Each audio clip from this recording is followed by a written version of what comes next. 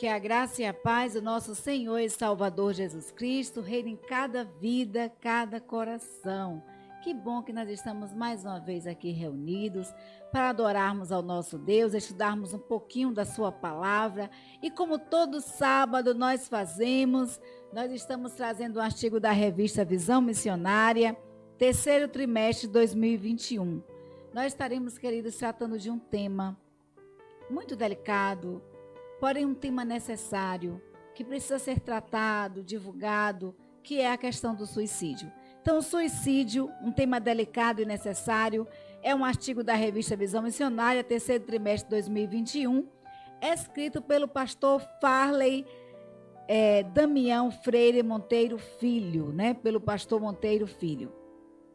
Mas antes de nós começarmos a estudar um pouquinho da palavra de Deus, eu convido você a fechar os seus olhos, reclinar a sua cabeça e estarmos orando ao nosso Deus, para que Deus venha estar falando aos nossos corações, retirando de nós todos os paradigmas e que possamos estar atentos à palavra de Deus, aquilo que Deus quer falar aos nossos corações. Como nós costumamos fazer, a Bíblia tem uma palavra para todas as instâncias das nossas vidas e não ficaria de fora de um assunto tão importante, tão delicado e tão necessário quanto este. Então vamos orar ao nosso Deus. Soberano Deus, Pai Celeste, glorificado a Deus, exaltado a Deus, seja o teu nome sobre toda a terra. Pai, muito obrigada a Deus pelo dia que tu nos deste, pela oportunidade de estarmos aqui, Senhor, falando um pouquinho da tua palavra. Muito obrigada a Deus pelas pessoas que estão, ó Deus, ouvindo, que aonde esta palavra chegar, Senhor, ao lar que esta palavra adentrar, Senhor, que ela venha estar transformando vidas, restaurando vidas, ó Pai. Eu não sei, ó Deus, como as pessoas que estão ouvindo esta palavra se encontram nesse instante, mas eu sei que tu és Deus, tu és onisciente, tu és onipresente, tu cuidas, ó Deus, em todos os detalhes das nossas vidas. A tua palavra nos diz que nós somos a menina dos teus olhos. As nossas vidas são preciosas para ti. Então, Pai amado, muito obrigada pelo teu cuidado, pelo teu agir, em nome de Jesus, ó Deus. Abençoa, Senhor, este lar. Abençoa, Deus, esta pessoa que está ouvindo, ó Deus, a tua palavra nesse instante. Que se encontra, ó Pai, com o coração angustiado. Que se encontra, ó Deus, com o peito rasgando de dor. E nós te pedimos, ó Deus, em nome de Jesus, que tu estejas, ó Deus, com teu bálsamo santo, restaurando, transformando, ó Deus, dando, ó Deus, a alegria de viver, o prazer de respirar e a alegria, a gratidão de ter mais um dia na tua presença. Obrigada, Pai, pelo teu cuidado, pelo teu agir. Usa-nos, ó Deus, como instrumentos nas tuas santas mãos. Quer que eu não venha falar nada de mim mesma, mas unicamente usada por ti. Pai amado, repreende, ó Deus, retira tudo que não te agrada, tudo que não te louva, que em nome de Jesus, ó Senhor, possamos estar fazendo a tua vontade. É o que eu te peço, não que eu seja digna ou merecedora, mas eu te peço em nome do teu Filho amado Jesus Cristo, aquele que vive e reina para todo sempre. Amém. Então, o suicídio é um tema delicado e necessário, é escrito pelo pastor Monteiro Filho. Queridos, já há alguns anos, os meses do ano, ele tem recebido diferentes nomes, de cores, com o intuito de promover uma conscientização junto à sociedade acerca de temas importantes, principalmente temas relacionados à área da saúde. E o setembro, nós já estamos em setembro, O setembro é um desses meses. E tem sido nacionalmente conhecido pela cor amarela, A campanha Setembro Amarelo é uma campanha mundial que com o objetivo de mostrar à sociedade a importância de se falar sobre a temática suicídio. É muito importante falar sobre essa temática, apesar de ser uma temática delicada de ser tratada. E o pastor Farley, ele começa, queridos, fazendo uma pergunta para mim e para você. Você concorda que, infelizmente, em nosso meio, ainda existe muito preconceito em se buscar ajuda de profissões relacionadas à saúde mental. Por que que isso acontece? Quando nós estamos com um problema cardiológico, nós vamos no cardiologista. Quando nós estamos com um problema ginecológico, nós vamos no ginecologista. Quando estamos com um problema clínico, vamos no clínico geral. Mas quando se trata da mente, quando se trata da saúde mental, existe uma resistência muitas vezes muito grande em se buscar profissionais relacionados à área da saúde. Que possamos, com a ajuda de Deus, né, quebrarmos paradigmas, rompermos contradições, rompermos com tabus e buscarmos ajuda enquanto, né? A Bíblia fala que a gente tem que buscar a Deus enquanto se pode achar, invocar enquanto está perto. Nós precisamos também, queridos, buscar ajuda enquanto essa está à nossa disposição. Porque quando for tarde demais, não haverá mais jeito, né? Então nós precisamos buscar ajuda enquanto podemos obter esta ajuda. E a palavra de Deus, como nós falamos, ela trata de todos os assuntos relacionados à nossa vida. Deus, ele é um pai zeloso, um pai cuidadoso, um pai amoroso. E jamais ele deixaria de falar, de tratar de um tema tão delicado e tão necessário para nós quanto este. E nós vamos ver em Jonas, capítulo 4, versículos 3, que a palavra de Deus nos diz assim: Peço-te, pois, ó Deus, tira minha vida, porque melhor me é morrer do que viver. No capítulo 4 do livro de Jonas, nós vamos ver o desapontamento do profeta Jonas para com Deus. Queridos, Jonas fica indignado com o fato de o Senhor cancelar o juízo sobre uma nação arrependida e demonstrar misericórdia para com esta nação.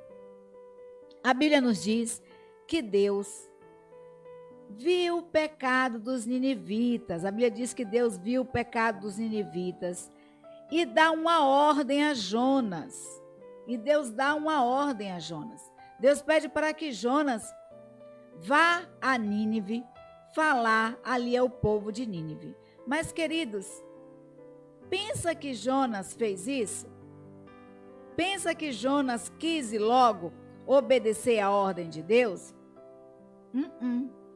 A Bíblia nos diz que Jonas, ao invés de ir para Nínive, Jonas foi para um caminho completamente oposto, né? Jonas foi para Tarsis. E aí Deus, aí a gente vê a história de Jonas, que Deus faz um grande peixe engolir a Jonas, e depois esse peixe vomita Jonas ali na areia da praia, e Jonas sai pregando em Nínive, pregando o arrependimento daquele povo, né? Pregando aquele povo o arrependimento da parte de Deus. E aí, quando Deus restaurou toda aquela cidade, toda aquela nação, o que é que Jonas fez? Jonas ficou indignado.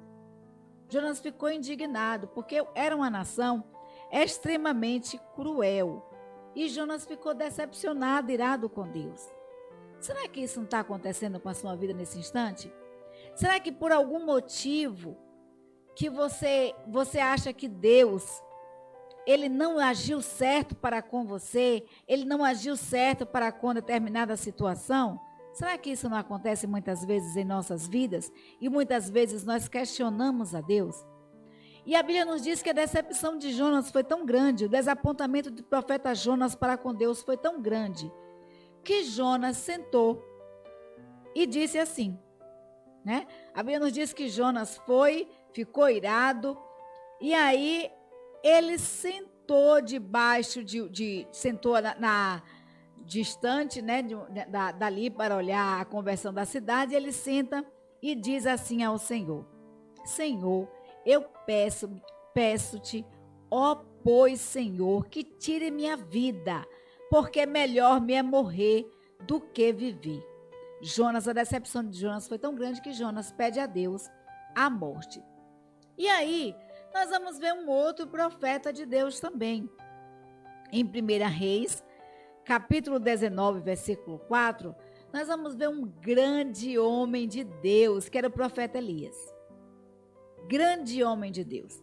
A Bíblia nos diz que Elias, né, orou para que houvesse chuva, e houve chuva, orou para que não chovesse, não choveu por 3 anos e meio.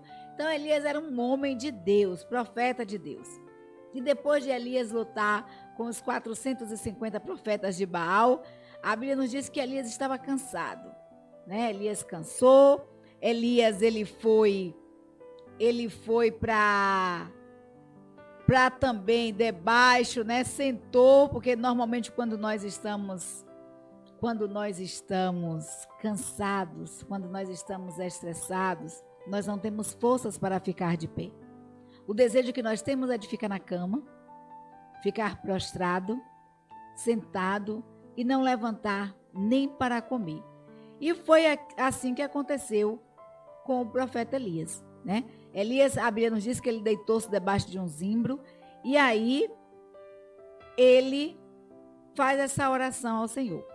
E a Bíblia nos diz em 1 Reis 19, versículo 4, nos diz assim: ele, porém, foi ao deserto, caminho de um dia, e foi sentar-se debaixo de um zimbro, e pediu para si a morte, e disse: já basta, ó Senhor, toma minha vida, pois não sou melhor do que os meus pais. Já basta. Senhor, eu não aguento mais. Basta. Será que você não já disse isso para Deus? Senhor, eu não aguento mais. Basta, tira a minha vida. Tira a minha vida, porque melhor me é morrer do que viver. E Elias estava nesse estado. E a Bíblia nos diz em Tiago, capítulo 5, versículo 17, nos diz assim: Tiago, ele diz para mim, para você, que Elias era um homem sujeito às mesmas paixões que nós. E orando pediu para que não chovesse, por 3 anos e 6 meses não choveu sobre a terra. E depois ele ora de novo e é derramado chuva. Mas o profeta, mas Tiago aqui, queridos, ele diz o seguinte, que Elias era um homem sujeito às mesmas paixões que nós. A Bíblia nos diz que Elias era um homem de fé, de intimidade com Deus, orar a Deus para que não chovesse sobre uma terra, e não chover 3 anos e meio, é muita intimidade com Deus. E orar para descer fogo do céu, e descer esse fogo do céu, orar novamente para que a chuva caísse, e a chuva cair. Então a Bíblia nos diz que este homem de intimidade com Deus, esse homem de fé, era também um homem sujeito às mesmas paixões que eu e que você. O que Tiago está dizendo é o seguinte, que este homem, que Elias, era um simples mortal, como eu e como você, sujeito às mesmas paixões que nós, as mesmas necessidades, os mesmos desejos, os mesmos anseios, as mesmas frustrações. E a Bíblia nos diz que depois de lutar com os 450 profetas de Baal e vencer, porque ele orou ali para que descesse fogo do céu, e desceu fogo do céu, consumiu o holocausto. Depois ele ora para que chovesse, e a Bíblia nos diz que Deus derrama chuva sobre a terra. Elias, ao ser perseguido por Jezabel, a Bíblia nos diz que Elias cansou. A Bíblia nos diz que Elias estava frustrado, angustiado, e que Elias pediu para Deus a morte. Às vezes acontece isso com as nossas vidas. Talvez seja isso que esteja acontecendo com você nesse instante. Cansado, frustrado, cansado de lutar, mas Deus é quem restaura as nossas forças, e no Senhor nós encontramos a alegria de viver. A gente vai ver o cuidado que Deus teve para com Elias, ao pegar, dar pão, dar água para Elias, dizer: olha, a sua caminhada é longa, vai, come, se alimenta. Outra vez Elias cansa, Deus vai lá de novo, Elias come. E Elias comeu, e quando Elias entra na caverna, Deus sai da caverna, Elias. Deus começa a conversar com Elias. E Elias começa a travar um diálogo com Deus. E o pastor aqui pergunta, queridos, nós falamos aqui de servos de Deus, né? Nós falamos de Jonas, profeta usado por Deus para pregar ali em Nínive e haver transformação completa daquela cidade, daquela nação. Elias, homem de Deus, né? Profeta de Deus, usado por Deus. E Elias, a Bíblia nos diz que Elias tinha tanta intimidade com Deus que Elias nem passou pela morte, né? Elias foi trasladado. Então é muita intimidade para com o Pai. Mas esses homens pediram para Deus, em um momento da sua vida, eles pediram para Deus a morte. E aí o autor Farley pergunta para mim e para você, por que é tão difícil falar dos nossos sentimentos para com os outros? Por que é tão difícil falar dos nossos sentimentos para com os nossos semelhantes? É com medo do que possamos ouvir, que é frescura, ou receber respostas prontas que não nos ajudam com as nossas dores? Por que será que é tão difícil nós compartilharmos a nossa dor com alguém? A gente vai ver que Jonas não procurou ninguém para conversar, simplesmente sentou, pediu a morte.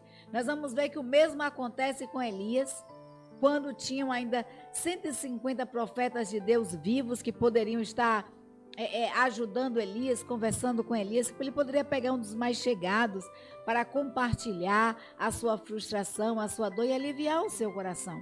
Nós conversando ontem na igreja na quinta-feira, nós falamos o seguinte, que quando nós oramos, nós falamos com Deus e é tão gostoso, porque quando a gente fala com Deus, a gente alivia a carga, o coração fica mais leve, há mais disposição. A mesma coisa quando a gente conversa com um amigo, quando a gente compartilha com um amigo um problema, uma situação, parece que o nosso coração alivia, nós vamos compartilhar a nossa carga, nós não estamos levando sozinhos. Mas, queridos, é muito difícil falar isso. Então, de que maneira a organização MCM, de que maneira você homem, você mulher, pode ser como igreja, pode ser um espaço de acolhimento, de cura, de apoio, de restauração de vidas. Como você pode, como servo de Deus, ser um espaço de acolhimento, um espaço de cura, um espaço de apoio e de restauração na vida de outras pessoas? Deus, Ele quer nos usar, Deus quer usar a mim e a você na transformação de vidas.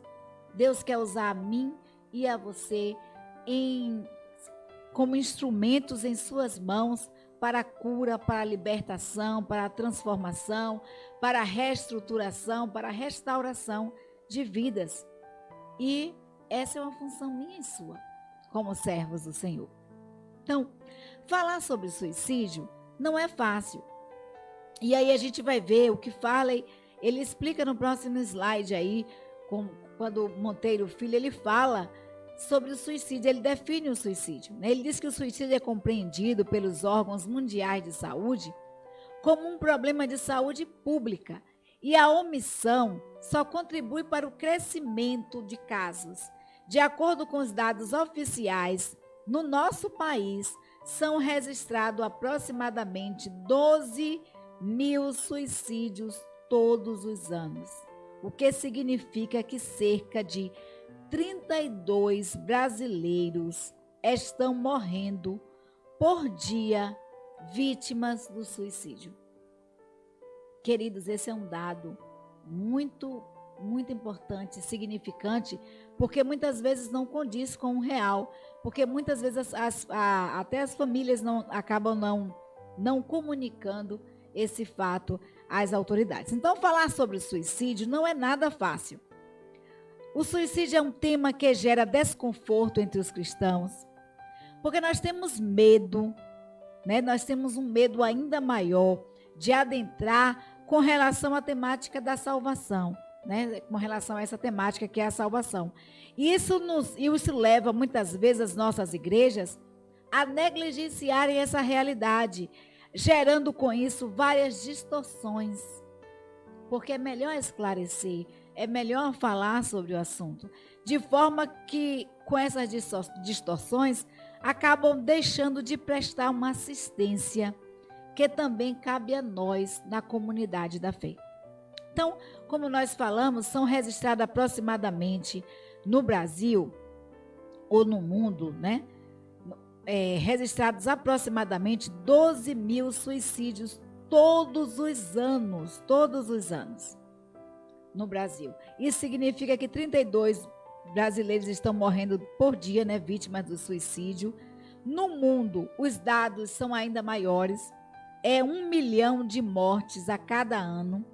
Dados esses que não expressam, como nós falamos, a realidade, pois em alguns casos não são devidamente registrados como suicídio.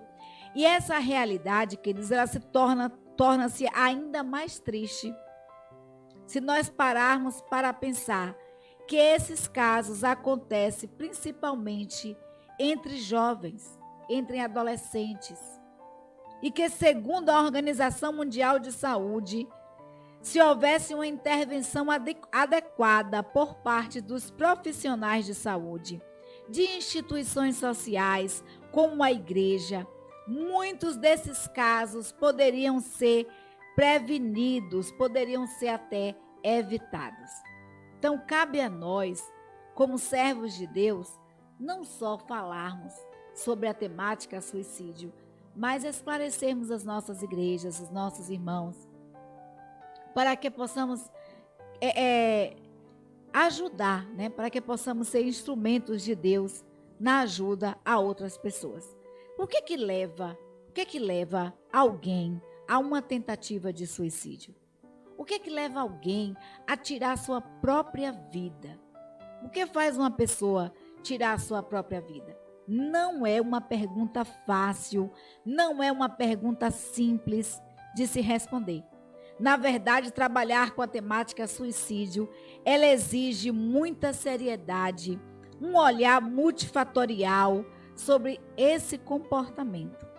De acordo com a Associação Brasileira de Psiquiatria, o suicídio pode ser compreendido como um ato deliberado executado pelo próprio indivíduo, cuja intenção seja a morte, de forma consciente e intencional, mesmo que ambivalente, usando um meio que ele acredita ser letal.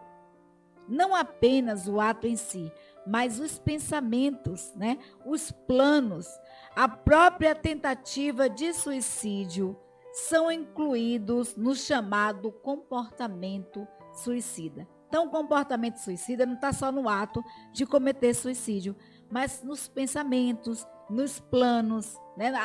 A tentativa de cometer o suicídio demonstra que essa pessoa ela tem um comportamento suicida, né? E está ali enquadrado no que chamamos de comportamento suicida. Então, de acordo com algumas pesquisas, cerca de 17% da população, em algum momento, por diferentes motivos, por diferentes instâncias, por diferentes dificuldades, situações, pensaram e tiraram a sua própria vida. Pensaram em tirar a própria vida. Portanto, não é possível especificar uma causa do que leva uma pessoa a cometer o suicídio.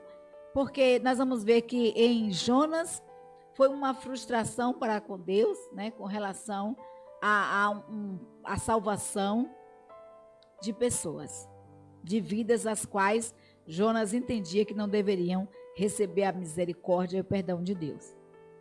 Em Elias, a gente vai ver que Elias se frustra diante da situação, Elias cansa, sua mente cansou de lutar tanto e ver a incredulidade do povo. Então, são diferentes situações e ambos pediram a Deus a própria morte. Então, não é possível especificar uma causa do suicídio e sim compreender que é um comportamento extremamente complexo, devido a determinantes multifatoriais, que envolvem aspectos psicológicos, aspectos biológicos, genéticos, socioambientais, culturais e, às vezes, até aspectos religiosos. Embora não haja um fator único, o que sabemos é que cerca de 96% dos casos de suicídios, estão relacionados a transtornos mentais, sendo eles, entre eles a depressão, o transtorno bipolar, a dependência ou abuso de álcool e outras drogas são os mais frequentes associados ao suicídio. E nós precisamos estar atentos aos nossos familiares, aos nossos amigos e tentar, queridos, ajudá-los. E se não estivermos em nossa condição, procurar alguém, um profissional da saúde para estar nos auxiliando nesse instante. Então, os dois principais fatores de riscos para o suicídio, e aí a gente vai ver no próximo slide com relação aos fatores de risco, porque a gente vai ver que o suicida, ele sempre, a gente vai ver postagens, por exemplo, às vezes a gente recebe a notícia de que alguém tirou sua própria vida, e a gente vê isso no Facebook. E nós vamos observar que antes as postagens daquela pessoa já eram postagens depressivas, já eram postagens pedindo socorro, dizendo socorro, me ajude. Muitas vezes o suicida, ele pede socorro para mim, para você. E nós precisamos estar atentos a esses sinais. Então, quais são os fatores de risco para o suicídio? Os dois principais fatores de risco para o suicídio é a tentativa prévia do suicídio e a presença de um transtorno mental, sendo o maior risco de acordo com a quantidade de diagnósticos associados a comorbidades que a pessoa apresenta. Então, os dois principais fatores de risco são as tentativas de suicídio e os transtornos mentais. Quando uma pessoa ela tenta suicídio uma vez, provavelmente ela tentará outra, e nós precisamos estar atentos a estes sinais. E se a pessoa tem algum problema de transtorno mental, como depressão, alguma comorbidade, como uma doença terminal, como uma doença crônica, são pessoas também que muitas vezes estão sujeitas nesse grupo aí e apresentam comportamentos suicídios. Sabe-se também que jovens e idosos têm uma tendência, uma incidência maior na população para esse tipo de comportamento. E que, embora muitas mulheres tentem um suicídio, o número maior de óbitos entre os homens é 3 vezes maior do que os das mulheres. Apesar das mulheres tentarem mais suicídios do que os homens, o número de óbitos de homens é 3 vezes maior que o de mulheres. Fatores sociais como desemprego, isolamento social, poucos laços sociais também estão entre os fatores que levam a um maior risco. Histórico familiar de suicídio, situações de violência, a presença de dores crônicas ou doenças orgânicas incapacitantes também aumenta o risco de comportamentos suicidas de maneira geral. Entre os aspectos psicológicos, percebe-se que a presença de sentimentos como desesperança, desamparo, desespero, impulsividade, também estão associados ao suicídio. Embora o estigma e o tabu relacionado a esses temas, a esse tema que é o suicídio, não sejam considerados fatores de risco, sabe-se também que eles são aspectos que costumam atrapalhar. Porque por tabu, por estigma, você não fala sobre o assunto, você tem medo de falar sobre o assunto e, apesar disso não ser considerado um fator de risco, muitas vezes pode atrapalhar a detectação precoce do suicídio e a prevenção deste, aumentando assim os riscos desse comportamento, desse comportamento suicida. Então, falar, queridos, é a melhor solução. Falar sobre o suicídio, conversar, falar com a pessoa amada, com a pessoa querida, com a pessoa que está passando por algum problema, é a melhor solução. Conversar com alguém é a melhor solução. Então, os fatores de proteção para o suicídio. Aí o autor coloca aqui que há também fatores protetivos que podem diminuir os riscos do comportamento e até mesmo evitar o suicídio.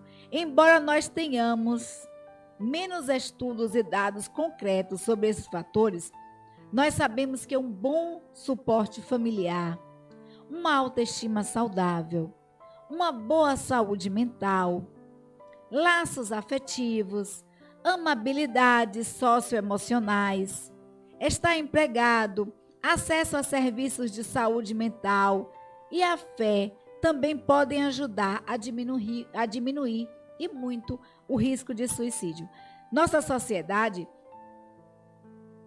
ela vive cada vez mais uma realidade de competição, de insensibilidade, de individualismo.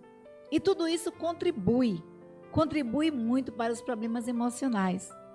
Em contrapartida, quando nós olhamos para a fé cristã, nós vemos isso como um antídoto a essa realidade social, a essa realidade de competição, a essa realidade de insensibilidade, a essa realidade de individualismo.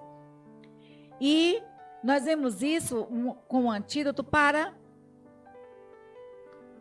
essa realidade e para as necessidades emocionais ligadas à desesperança, à falta de razão para viver. Na fé, em Deus, nós encontramos razão para viver. Em Deus, nós agradecemos pela oportunidade de mais um dia.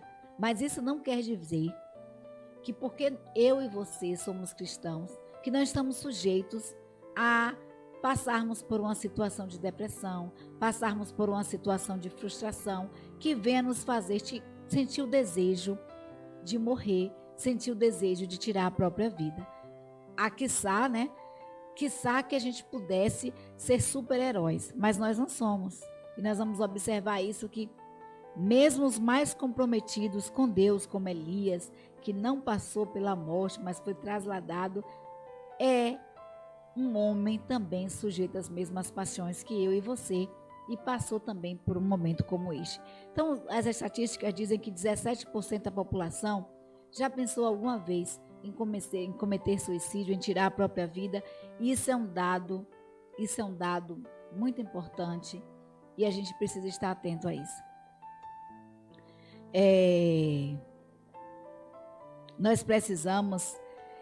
Nós encontramos em Deus, como nós falamos, nós conseguimos uma razão, nós encontramos uma razão para viver. Porque quando nós temos uma fé, conseguimos em Deus construir uma fé saudável. Essa fé, ela contribui para o nosso fortalecimento emocional como pessoa e nós teremos um forte fator protetivo contra o suicídio. Mas não quer dizer que sejamos isentos por algum momento, por alguma situação, nós tentarmos tirar nossa própria vida. Nós temos esse exemplo, como nós falamos, em Elias, em Jonas e no sofrimento, né? Aí nós vamos ver aqui Elias, Jonas e o sofrimento de quem pensa em se matar. Porque quem pensa em se matar, ninguém que está bem, ninguém que está feliz, ninguém que está com a autoestima lá em cima, alegre, de bem com a vida, pensa em tirar a própria vida, né? Algo sempre presente em pessoas, há algo sempre presente em pessoas que em algum momento pensam ou tentam o suicídio, é o sofrimento. O sofrimento é algo sempre presente na vida de alguém que pensa em tirar a própria vida ou tira a própria vida. Porque como nós falamos, ninguém que está de bem com a vida, ninguém que está no mar de rosas, pensa em tirar a própria vida. De acordo com a Organização Mundial de Saúde, a ambivalência, ou seja, o desejo de morrer e viver, eles coexistem na pessoa que tenta o suicídio. E essa é uma das principais características a ser observada na prevenção. Porque ao mesmo tempo que a pessoa tem o desejo de morrer, ao mesmo tempo também essa pessoa tem o desejo de viver. Geralmente a pessoa que tenta o suicídio, ela se sente só, ela se sente sem saída, ela se sente sem esperança, ela começa a enxergar na própria morte uma saída para se livrar da dor, do problema, para alcançar a paz. Na verdade, a pessoa que tenta o suicídio, ela não quer tirar a sua vida, o que ela quer é acabar com a dor, é parar de sofrer. Então, dois personagens bíblicos, como nós falamos, também vivenciaram esses sentimentos e foram tão fortes que eles pediram a Deus, né, para que Deus tirasse as suas próprias vidas. É muito interessante nós observarmos a história de Elias e Jonas, porque nós vamos ver dois servos de Deus, profetas de Deus, homens que foram usados como instrumentos de Deus para propósitos específicos e determinados, mas que em determinado momento de suas vidas passaram por situações difíceis e chegaram a falar: é melhor morrer do que viver. É melhor morrer do que viver. Por mais fé que eu e você tenhamos, nós somos humanos. Nós passaremos por sofrimentos. Nós estamos sujeitos a adoecimento mental. E o peso de não poder ficar triste, o medo de não poder compartilhar com os irmãos, ou mesmo com um pastor, com um pensamento como de que não temos saída, ou que já pensamos em morrer, costuma trazer mais sofrimento do que cura, mais peso do que alívio, mais culpa do que esperança. E nós precisamos entender, assim como Tiago, que nos diz que Elias era homem era homem semelhante a nós, sujeito às mesmas paixões, os mesmos sentimentos, nós precisamos entender que nós somos sujeitos a esses mesmos sentimentos.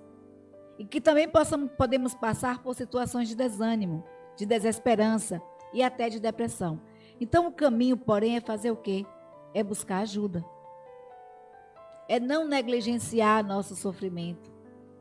É como se fosse um balde de água, né? Se você colocar um balde em uma goteira, você pode observar, tá ali, vai pingando de gota em gota, mas em um determinado momento, aquele balde transborda. E nós não podemos, queridos, eu e você, não podemos negligenciar quando nós estamos passando por situações de sofrimento. Nós não podemos negligenciar nosso sofrimento. Nós precisamos entender que ser ajudado em questões emocionais não muda de forma nenhuma a nossa fé. Pelo contrário, isso inclusive nos fortalece, isso inclusive nos dá ânimo para adorarmos e cultuarmos ao nosso Deus. Então é importante buscar ouvir sem julgar. É importante criticar ou mesmo tentar resolver o problema com conselhos simples ou frases prontas, porque aquela dor é real e só quem passa por ela sabe o quanto extremamente dói. Então é importante buscar ouvir, é importante estar atento às pessoas. Nós vamos ver, queridos, que Deus, com Jonas, Deus ele faz crescer uma aboreira, né? E aí aquela árvore dá uma sombra para Jonas, depois Deus vai lá e tira, né, para Jonas compreender a questão do amor, porque Jonas se apegou à árvore que estava ali fazendo sombra na sua cabeça, né? E Jonas se apegou a ela, e Deus tira e mostra para Jonas que a vida humana, ela é mais importante do que a vida de animais. Muitas vezes que a vida de vegetais, e muitas vezes nós valorizamos seres inanimados, nós valorizamos bens materiais, nós valorizamos bichos de estimação, nós valorizamos plantinhas, mas não damos o devido valor à vida, algo tão precioso que Deus nos deu. E nós precisamos valorizar a vida. Nós precisamos também, como igreja, nos capacitarmos para ajudar os que passam por sofrimentos como esse. Nós não podemos ter medo de nos aproximar, de oferecer ajuda. Qualquer ombro amigo nesse momento faz a diferença. É muito importante buscar ouvir sem julgar, ou mesmo tentar resolver com os conselhos simples, com frases prontas, porque só quem passa pela dor é que sabe realmente o que está passando. E a gente precisa aprender a ouvir. Então, o mito a ser quebrado é de que quem fala que vai se matar não faz. Quem fala que vai se matar um dia pode vir a fazer. Então, isso é mentira, né? Isso é mentira, é um mito dizer que quem fala que vai se matar, não vai se matar. Essa pessoa pode um dia vir a se matar. E alguém que verbaliza isso está pedindo ajuda, está pedindo socorro e merece ser ouvido, merece ser respeitado, merece ser acolhido. É preciso mostrar que se importa. E se não houver o que fazer, não ter medo de procurar alguém que possa ajudar. E se as nossas igrejas, é isso que o pastor Monteiro fala aqui, se as nossas igrejas se tornarem comunidades reais de acolhimento e promoção de esperança, nós iremos contribuir de maneira transformadora para levar a vida em abundância, que é o que Cristo veio trazer para mim e para você. Porque a palavra de Deus nos diz que Cristo veio dar vida e vida em abundância. E esse é o papel da igreja, levar essa vida em abundância. E a gente vai ver, queridos, que essa questão do ouvir, ela é muito importante, né? Nós vimos que Deus, ele foi lá e ele mostrou, né? Ele mostrou para Jonas, a forma como Deus tratou Jonas foi diferente da forma como Deus tratou Elias, né? Deus foi lá, plantou a árvore, fez nascer uma árvore, deu sombra, depois Deus tirou, Jonas perguntou por que Deus matou aquela árvore, e Deus mostra que a vida humana é mais importante para ele do que vida animal, do que vida vegetal. E aí a gente vai ver que com Elias foi diferente. A gente vai ver que com Elias senta, né, pede a morte, e Deus manda um anjo ir lá levar comida para Elias, manda um anjo levar pão, manda o anjo levar água, e Elias vai e come. Deus, olha, você tem, coma, olha a atenção, coma e beba, porque você tem um longo caminho pela frente.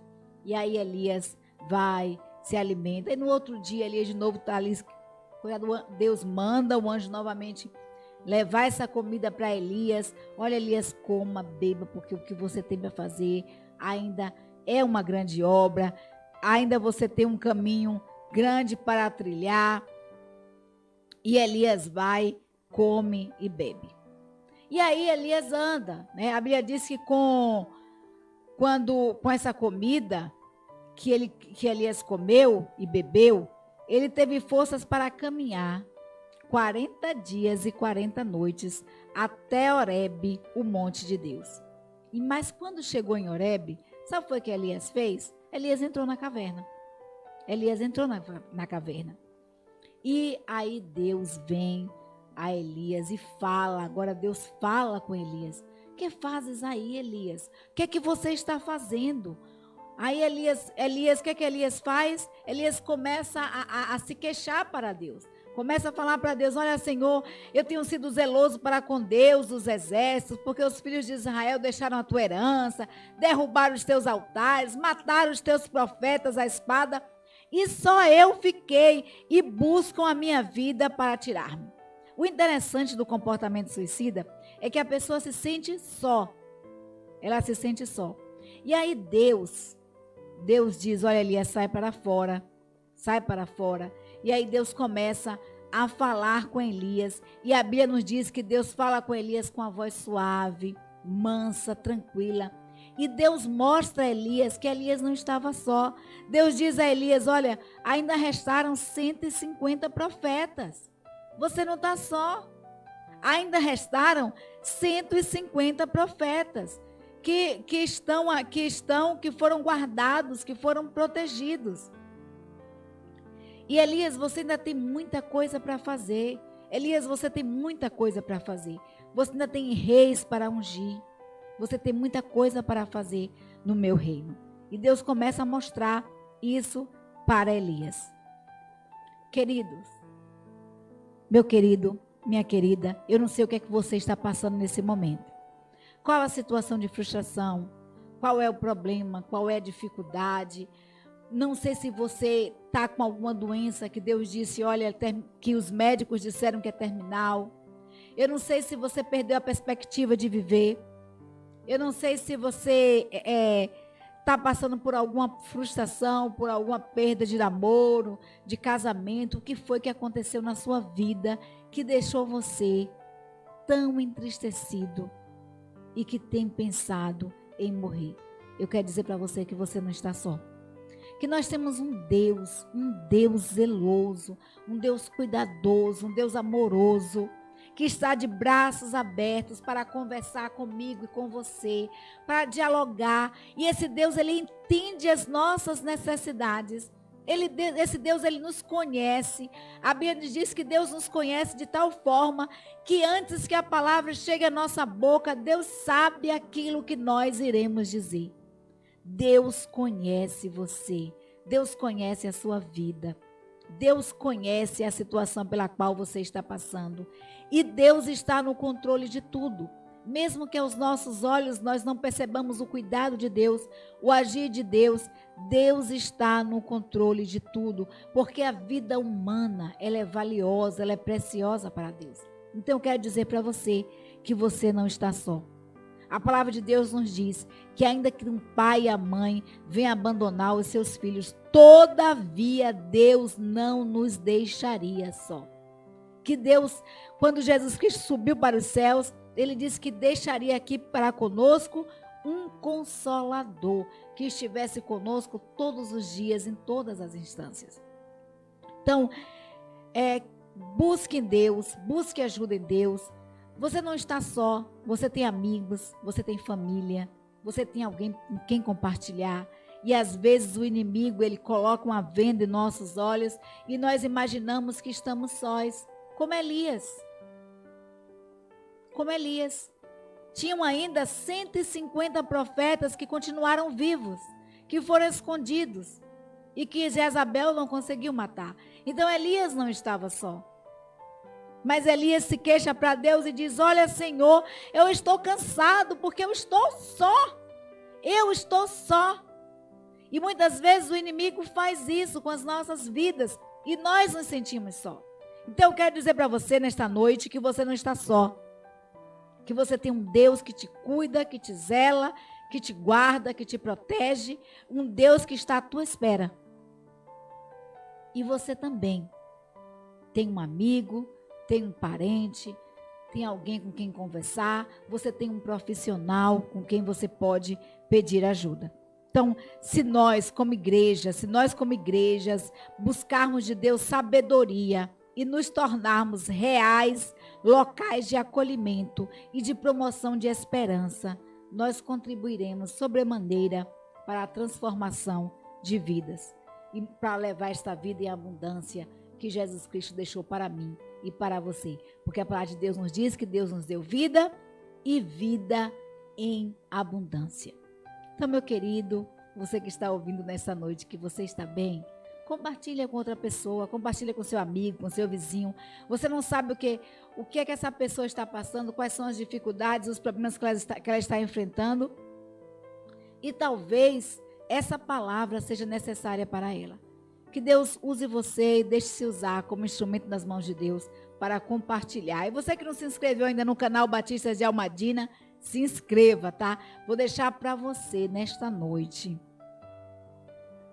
a palavra para você guardar no seu coração. E a palavra que eu deixo para você nessa noite, meu querido, minha querida, está em Salmos, capítulo 36, versículo 9. Pois em ti está a fonte da vida. Graças à tua luz, nós vemos a luz. Possa ser que você esteja agora em trevas, que você não veja a luz no fim do túnel. Possa ser que você esteja passando por uma situação a qual você está em desesperança, você está desesperado porque você não consegue ver a luz.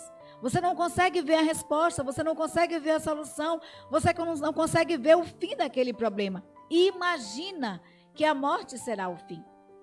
Mas, queridos, a palavra de Deus nos diz, o salmista, ele reconhece isso no Salmo 36, versículo 9, ele diz que é em Deus que está a fonte da vida, vida plena, vida abundante. E em Deus, nós podemos ver a luz, nós podemos ver a luz no Senhor Jesus. Nós podemos ver a luz no fim do túnel. Então, que Deus nos abençoe, porque é em Deus que nós podemos ter a esperança de um amanhã melhor. Em Deus nós podemos ter a esperança de um amanhã melhor. Então, queridos, que Deus nos abençoe. Nosso muito obrigada a cada um de vocês, a cada um que compartilhou, a cada um que se inscreveu, a cada um que assistiu. Que Deus esteja abençoando sua vida, que você seja instrumento de Deus na transformação de vidas. Que o seu lar seja um lar de harmonia.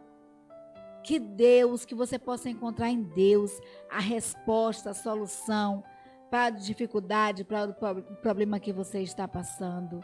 Porque em Deus nós podemos ver a luz, em Deus nós podemos ter a esperança de um dia melhor, de um amanhã melhor. Então, que Deus conceda a você uma semana maravilhosa na sua presença. E vamos continuar orando, porque juntos em oração nós somos mais fortes.